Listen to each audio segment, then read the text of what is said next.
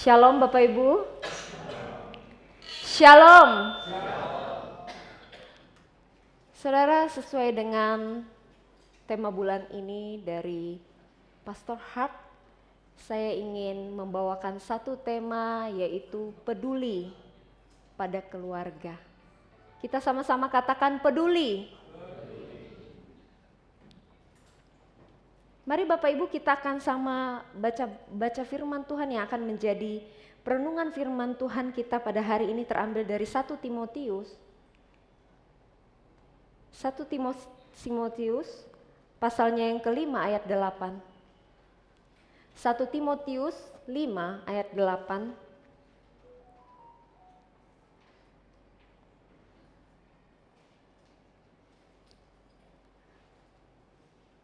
Sudah mendapatkan, katakan amin. Kita akan baca bersama-sama. 1, 2, 3. Tetapi jika ada seorang yang tidak memelihara sanak saudaranya, apalagi seisi rumahnya, orang itu telah murtad dan lebih buruk dari orang yang tidak beriman. Saudara, jika ada seorang yang tidak memelihara sanak saudaranya, apalagi seisi rumahnya, orang itu telah murtad dan lebih buruk dari orang yang tidak beriman. Saudaraku, hari ini saya ajak kita merenungkan sesuatu yang sangat dekat, bahkan mungkin terlalu dekat sampai kita kadang lupa, yaitu siapa? Keluarga kita sendiri. Mungkin ada dari antara kita yang terlalu fokus membangun karir, terlalu fokus mementingkan diri sendiri, tapi tanpa sadar mengabaikan orang-orang yang paling dekat, yang paling penting dalam hidup kita. Padahal Bapak Ibu, sebelum Tuhan memanggil kita untuk menjadi berkat bagi dunia ini, Tuhan terlebih dahulu menempatkan kita di keluarga untuk menjadi berkat di sana. Mungkin kita merasa bahwa apa yang kita lakukan selama ini di dalam keluarga itu sudah cukup. Sudah cukup menunjukkan kepedulian.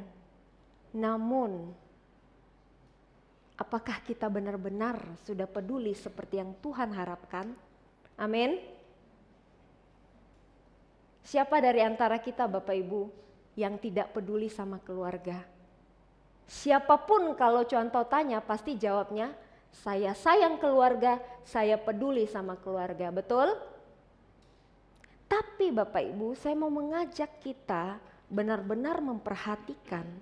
Mungkin ada hal-hal kecil yang selama ini kita abaikan, yang seharusnya kita lakukan di dalam keluarga. Hari ini saya mau mengajak saudara mengingat Tuhan rindu memulihkan keluarga kita. Tuhan rindu memulihkan diri kita di dalam keluarga. Apa yang Tuhan ingin sampaikan kepada kita lewat firman yang kita baca tadi? Yang pertama adalah keluarga adalah anugerah. Katakan anugerah. Lebih kencang lagi Bapak Ibu, anugerah. Saudara, Paulus di dalam suratnya kepada Timotius, ini surat yang disampaikan Paulus ya kepada Timotius, menekankan pentingnya memelihara sanak saudara, kemudian ditambahkan, saya tadi ada merahin Bapak Ibu, kata apalagi. Apalagi. Ini sesuatu hal yang identik dengan terlebih, paling utama, yaitu seisi rumah. Saudaraku, dari awal penciptaan, Tuhan sudah merancang manusia untuk hidup di dalam hubungan. Itu kenapa keluarga adalah anugerah yang Tuhan percayakan bagi kita. Mengapa itu sangat ditekankan Bapak Paulus ini kepada Timotius, bahwa ini paling utama, terlebih yang disebut dengan seisi rumah adalah anugerah yang Tuhan percayakan, karena dari awal penciptaan Tuhan sudah merancang manusia untuk hidup dalam hubungan. Pada waktu Tuhan menciptakan Adam, Bapak Ibu, Tuhan bilang apa? Adam dan Hawa, tidak baik jika Adam itu seorang diri saja. Sehingga Tuhan memberikan kepadanya seorang penolong yang sepadan. Namanya siapa Bapak Ibu? Hawa, istrinya. Kemudian mereka beranak cucu Bapak Ibu. Dan Tuhan memperjelas firman-Nya di dalam Kejadian 2 ayat 24 begini. Sebab seorang laki-laki akan meninggalkan ayahnya dan ibunya dan bersatu dengan istrinya sehingga keduanya menjadi satu daging. Dari situlah terbentuk anak, ya Bapak Ibu ya. Kemudian terbentuk satu keluarga yang utuh. Tuhanlah yang menyatukan dua insan dalam pernikahan. Jadi kalau hari-hari ini Bapak Ibu kita punya pasangan, itu siapa yang satukan? Tuhan. Amin. Tuhan yang satukan. Untuk itu, Tuhan ingin kita melihat pasangan kita, anak kita, dan orang tua itu bukan sekedar kebetulan atau sekedar orang serumah Bapak Ibu, tetapi bagian dari rencana kekal Allah. Tuhan merancang keluarga. Bapak Ibu tahu nggak kenapa Tuhan itu rancang keluarga? Gunanya apa? Supaya di dalam keluarga kita saling menolong, amin. Saling menguatkan, amin. Dan menjadi tempat bertumbuh di dalam kasih. Tinggal dengan orang-orang yang terdekat, yang memberikan kenyamanan, rumah untuk kita pulang. Bukan rumahnya ya Bapak Ibu fisiknya, tetapi keluarga itu sendiri. Untuk itu, kalau kita tahu bahwa keluarga adalah anugerah, Tuhan sudah merancang, Tuhan yang menyatukan pernikahan. Mari kita belajar bersyukur dengan kehadiran mereka. Oh, ada yang bertanya begini. Pertanyaan yang sering kali saya dengar. Jikalau keluarga adalah anugerah, mengapa keluargaku tidak sempurna? Anakku tidak sempurna, orang tuaku tidak sempurna. Ada yang tahu nggak Bapak Ibu jawabannya apa? Atau saya ubah pertanyaannya. Kira-kira di sini ada nggak keluarga yang sempurna? Angkat tangan. Ayo. Ada yang keluarganya sempurna?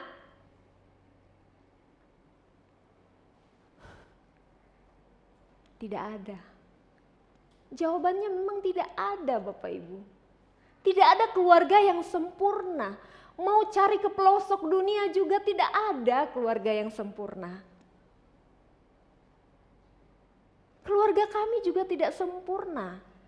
Even contohnya isinya cuantau, mukse.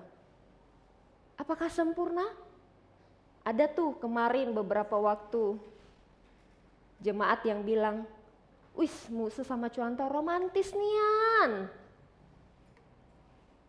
Ada yang ngomong, tapi apakah sempurna? Tidak.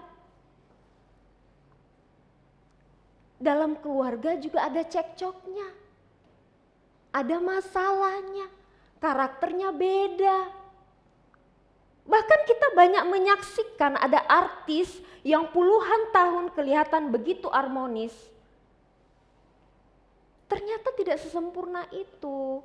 Banyak yang akhirnya memilih kecewa, memilih putus asa di dalam kelemahannya masing-masing, akhirnya memutuskan untuk berpisah. Saudara, tidak ada keluarga yang sempurna. Mengapa? Karena semua orang yang ada di dalamnya adalah orang-orang yang berdosa. Orang-orang yang masih belajar,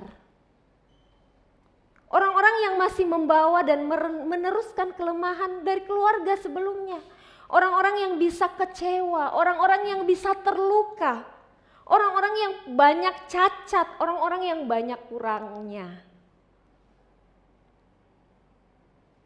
Untuk itu,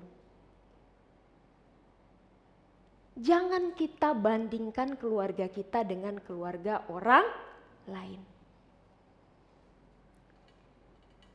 Ini sering kali terjadi. Adalah suami ya, lihat istri lain, iri hati. Wih, enaknya nih kalau punya istri cak itu. Suaranya lembut, pintar memasak. Oh, kita lihat anak yang lain. Setiap kita lihat postingan, prestasi terus yang diposting. Terus kemudian kita orang tua lain iri. Wih, anaknya hebat nian, pinter nian, luar biasa nian. Jangan pernah bandingkan. Oh, kita lihat mertua orang lain, murah hati nian. Ngapa mertua aku tidak cak itu ya? Ketus nian cara jawabnya. Ya, Bapak Ibu. Saudara, rumput tetangga itu selalu terlihat lebih hijau. Tapi kita tidak pernah tahu apa yang terjadi di dalamnya atau usaha apa yang dilakukan sehingga itu terlihat hijau. Tuhan punya rancangan yang unik untuk setiap keluarga. Jangan pernah disama-samain, jangan pernah dibanding-bandingkan. Bersyukur untuk keluarga kita. Keluarga kita kondisinya begini, keadaannya begini, bersyukur. Keluarga orang lain begini keadaannya, bersyukur. Tapi ini yang ingin saya tekankan. Yang pasti percayalah bahwa di dalam ketidaksempurnaan keluarga, Tuhan bisa pakai untuk membentuk karakter kita, amin. Ada anak yang susah sekali diatur. Tapi Tuhan pakai untuk ajarin kita menjadi orang yang sabar. Percayalah di dalam kelemahan keluarga, Tuhan bekerja jauh lebih dari yang kita pikirkan. Asalkan kita mau menerima dan mau dibentuk lewat keluarga. Saudara, di dalam keluarga, di dalam ketidaksempurnaan keluarga, Tuhan mau kita belajar mengasihi dan mengampuni setiap hari. Itu yang pertama. Yang kedua adalah berikan yang terbaik, bukan sisa. Katakan berikan yang terbaik. 1, 2, 3. Berikan yang terbaik. Saudara, firman Tuhan menekankan tadi, jika kita tidak memelihara keluarga kita, maka kita disebut sebagai orang murtad, bahkan lebih buruk daripada orang yang tidak beriman. Saudara, begitu pentingnya keluarga sampai ini adalah menjadi sebuah peringatan keras bagi setiap kita. Hati-hati kalau kita tidak memelihara keluarga kita, kita sama seperti orang yang murtad, kita sama seperti orang yang murtad, kita sama seperti lebih buruk daripada orang yang tidak beriman. Saudara, menyangkal iman atau murtad itu tidak selalu dengan kita mengucapkan dengan mulut kita, aku tidak percaya Tuhan, aku tidak mengikut Tuhan, bukan. Tetapi menyangkal iman itu juga bisa dilakukan dengan perbuatan kita, ketika perbuatan kita itu tidak selaras dengan iman kita, Bapak Ibu. Perbuatan kita tidak sesuai dengan iman kita.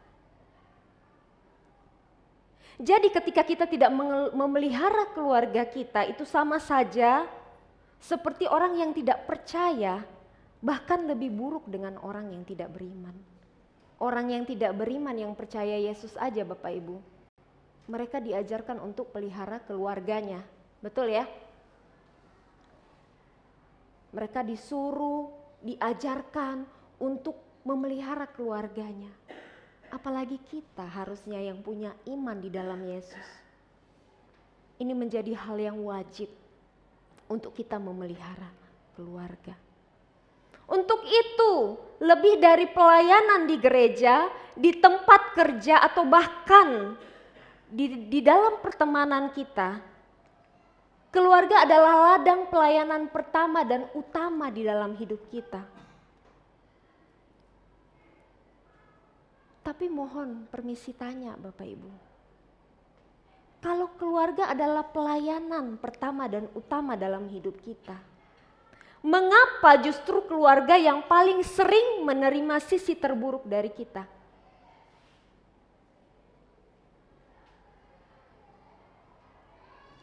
Orang luar dapat senyuman terbaik. Ketemu orang senyum. Orang luar dapat kesopanan dari kita. Ya silakan. Terima kasih.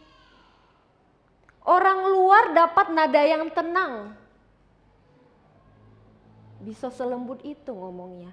Bahkan kita bisa lebih sabar terhadap orang luar di saat mereka melakukan kesalahan. Sementara di rumah kadang suka terbalik Bapak Ibu.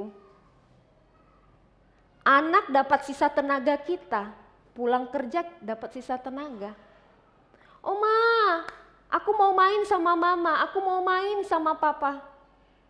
Sudahlah, mama lagi capek. Sana.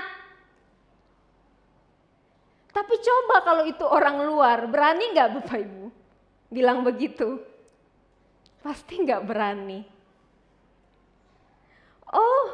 Pasangan kita dapat luapan emosi. Ya padahal gak salah apa-apa, cuma ngobrol atau cuma cerita isi hati aja Bapak Ibu. Akhirnya kita lampiaskan emosi kita akibat kita stres di tempat kerja. Saudara, kesetiaan memperlakukan orang terdekat dengan kasih dan hormat, sekalipun tidak ada yang melihat, itu adalah pelayanan yang sejati. Jadi kalau kita tanya, apa sih pelayanan sejati itu? Orang gak lihat, tapi kita tetap mengasihi, kita respect dengan keluarga kita. Untuk itu Bapak Ibu, keluarga itu bukan ruang sisa dari tenaga dan kasih kita. Berikanlah yang terbaik dari diri kita. Kalau kita memberikan yang terbaik, dipastikan Bapak Ibu, saya pastikan bahwa kita sudah bertanggung jawab memelihara, merawat keluarga kita dengan baik. Apa sih hal terbaik yang kita bisa berikan buat keluarga? Banyak.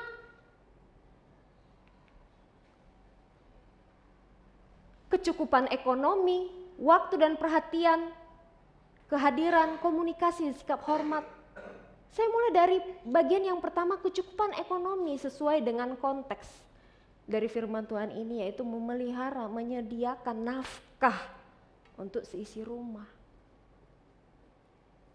Berikan kecukupan ekonomi untuk keluarga kita.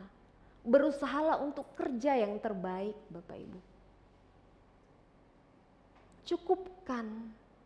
Jangan kita berusaha untuk bantu keluarga lain, padahal keluarga kita sendiri kurang banget ya.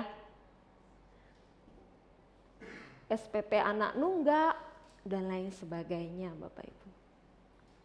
Yang kedua, kita udah kasih kecukupan ekonomi, yang tidak kalah penting adalah waktu dan kehadiran. Uang kita pas-pasan. Berikan yang terbaik dalam hal waktu dan kehadiran. Banyak saya lihat anak-anak itu kurang perhatian dari orang tuanya. Sibuk kerja dari pagi sampai malam Bapak Ibu.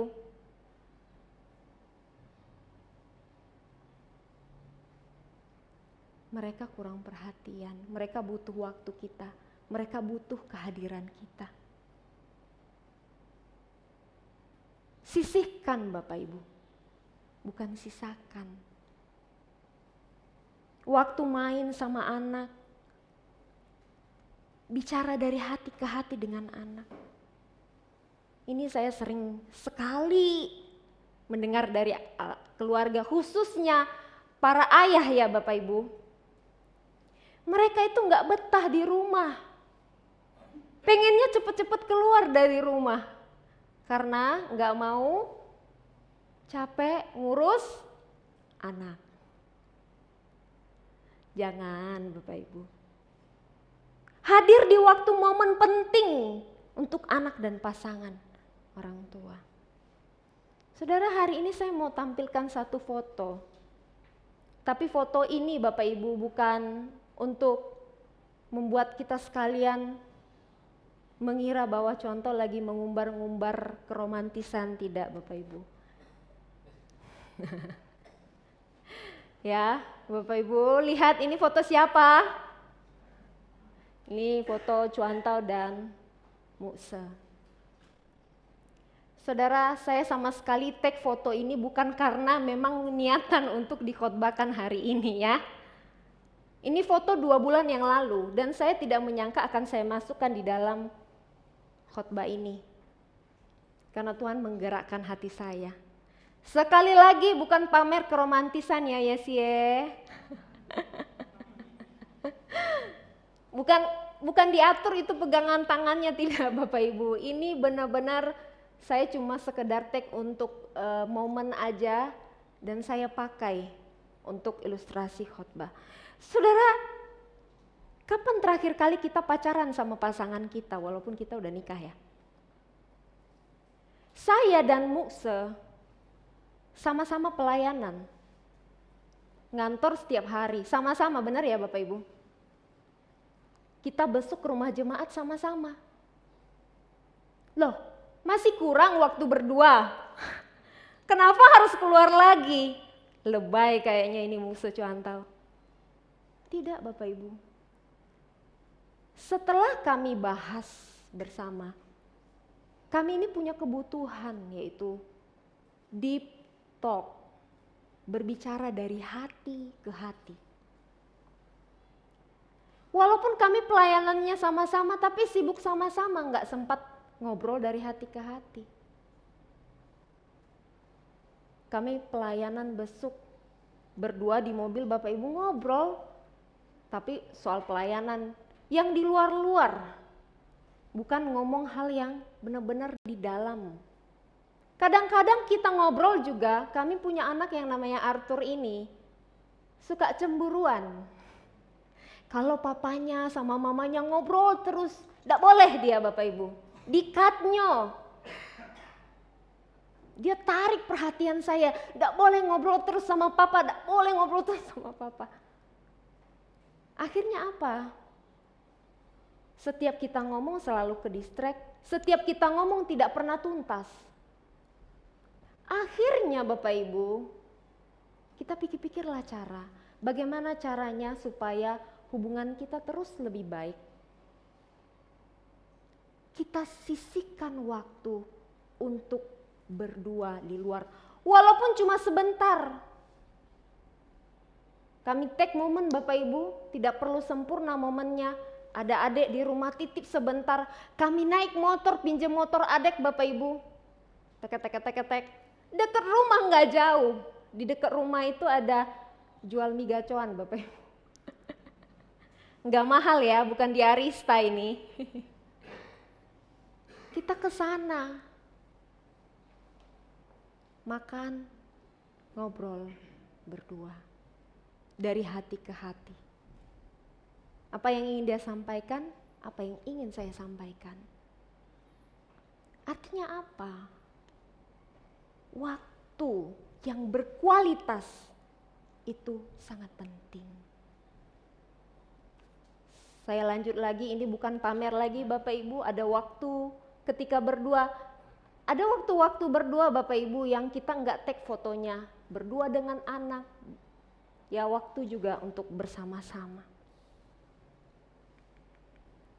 Bapak Ibu, mari kita berikan waktu dan kehadiran.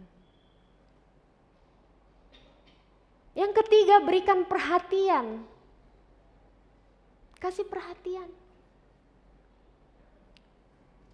kepada mama kita, mama mertua kita. Walaupun mama mertua, tanyain kabar. Walaupun papa mertua, tanyain kabar Bapak Ibu.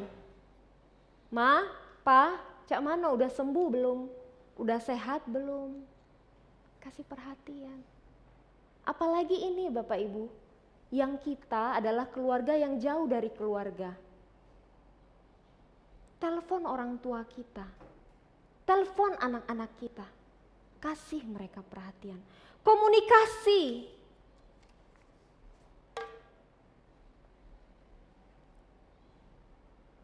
Kasih komunikasi, kasih nada suara yang baik. Pemilihan kata yang baik. Yang kelima, sikap hormat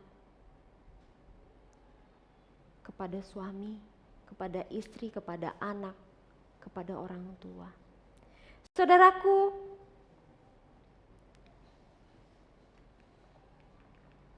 keluarga memang anugerah, tetapi bisa hancur kalau tidak dihargai dan dirawat. Jadi hargai, rawat. Jangan baru menyesal ketika mereka sudah tiada. Hargai dan rawat. Karena ini Bapak Ibu, serangan terbesar iblis seringkali bukanlah di gereja, tetapi di keluarga. Jadi jangan kita pikir Tuhan itu iblis itu serangnya gereja-gereja. Enggak, dia mulai dari komunitas yang kecil dulu, dari keluarga-keluarga. Iblis tidak merusak gereja jika ia berhasil merusak keluarga para jemaat. Jika suami istri saling menyakiti, pelayanan akan menjadi dingin. Jika anak-anak terluka, Bapak Ibu, mereka akan mencari penerimaan dan cinta yang salah di luar. Itu yang kedua, berikan yang terbaik. Yang ketiga, teladan kita adalah Injil yang hidup. Jika keluarga adalah pelayanan pertama kita, maka Injil seharusnya diberitakan pertama kali di rumah tangga. Saudara, tugas orang tua itu mendidik anak biar mereka itu bisa kenal Tuhan.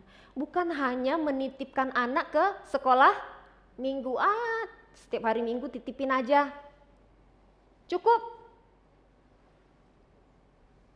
Memang Bapak Ibu, banyak kesaksian saya dengar anak-anak sangat diberkati di sekolah minggu, pelayanan sekolah minggu. Mereka kenal Tuhan itu di sekolah minggu, terbentuk karakternya. Tetapi itu saja tidak cukup. Pengenalan keluarga akan Tuhan itu akan lebih efektif ketika itu dilakukan di rumah, disampaikan, diajarkan di rumah. Terlebih lagi Bapak Ibu dalam kehidupan sehari-hari lewat teladan hidup kita. Jangan cuma pintar mengajar anak lewat perkataan. Banyak tegur, banyak marah-marah, banyak gurui. Wah, kalau soal menggurui orang tua nomor 1 Bapak Ibu. Kalau soal menggurui semua orang tua adalah ahlinya, setuju? Namun, apakah kita sudah memberikan teladan dengan apa yang kita ajarkan? Keluarga belajar dari integritas dan konsistensi kita. Ada orang tua Bapak Ibu yang larang anaknya nonton HP. Wah, ketat sekali. Larang. Nanti matanya rusak. Nanti dan lain sebagainya, banyak alasan. Tetapi sendirinya masih main HP, nggak tahu waktu. Ada yang mengajarkan keluarganya untuk minta maaf, tidak kasar, tapi sendirinya masih kasar. Sendirinya masih susah minta maaf. Dan banyak hal Bapak Ibu. Saudara, mereka melihat, mereka terbiasa, Dan tanpa paksaan mereka akan ikut melakukan hanya dengan melihat teladan kita. Jadi ingat, 1000 nasihat itu akan kalah dengan teladan hidup kita. Apa yang mereka lihat, itu mereka praktekkan. Bukan apa yang mereka dengar, Bapak Ibu. Yang mereka lihat dari kecil itu menjadi pola. Dan ketika mereka keluar dari rumah, pola itu terbawa terus. Di rumah kita ajarin etika yang baik. Ketika dia keluar, belajar etika yang baik. Karena sudah terpola. Saudara, bukan hanya lewat integritas, tetapi lewat pilihan-pilihan kita. Keluarga bisa belajar kasih Tuhan dari bagaimana kita bersikap saat kecewa dan lelah. Kalau kita kecewa dan lelah mudah marah ya Bapak Ibu, mudah tidak sabar. Tapi ketika kita memilih untuk sabar walaupun kita lagi kecewa, kita lagi capek-capeknya, keluarga kita melihat teladan kita. Seorang suami yang mau minta maaf, meski dia benar, tapi dia mau minta maaf duluan, itu pilihan yang baik. Seorang istri yang memilih mendoakan daripada menghakimi. Seorang anak yang belajar menghormati meski orang tuanya punya kekurangan. Seorang ayah yang mau mendengarkan anak walaupun tidak mudah mendengarkan seorang anak. Saudara, menjadi teladan bukan cuma tugas orang tua, tetapi tugas semua anggota keluarga. Mau muda mau tua, orang tua kita gak kasih teladan, kita yang muda-muda kasih teladan sama orang tua. Jadi semuanya sama-sama perannya Bapak Ibu. Dan yang paling penting, jangan berhenti libatkan Tuhan dalam keluarga kita. Jadikan Tuhan sebagai fondasi yang utama. Jangan lupa membangun mesbah keluarga, mulai hari dan tutup hari dengan doa. Saya ingin menutup khotbah ini Bapak Ibu. Bagaimana jika kondisi keluargaku terlalu rusak? Terlalu kusut, terlalu renggang. Selagi kita masih bernafas selalu ada pengharapan, amin. Berharaplah dan berjuanglah sampai akhir. Ikutin terus pimpinan Tuhan, tuntunan Tuhan. Kalau hari ini kita sadar Bapak Ibu bahwa kita pernah menyakiti keluarga kita dengan kata-kata kita, belajarlah untuk meminta maaf. Jangan pernah ragu untuk meminta maaf.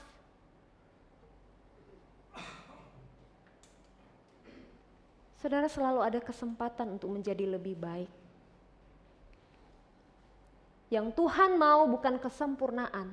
Ingat ya, Tuhan tidak mau kesempurnaan, tapi langkah berani memulai untuk bertumbuh dalam kasih dan kepedulian di tengah keluarga. Biar firman ini menguatkan kita dan menolong kita melihat betapa keluarga itu begitu berharga dalam hidup kita. Mari kita berdoa. Bapa dalam surga, terima kasih untuk firman-Mu yang mengingatkan kami bahwa betapa pentingnya untuk memelihara keluarga kami, seisi rumah kami. Memberikan yang terbaik yang kami bisa. Memberikan teladan hidup kami.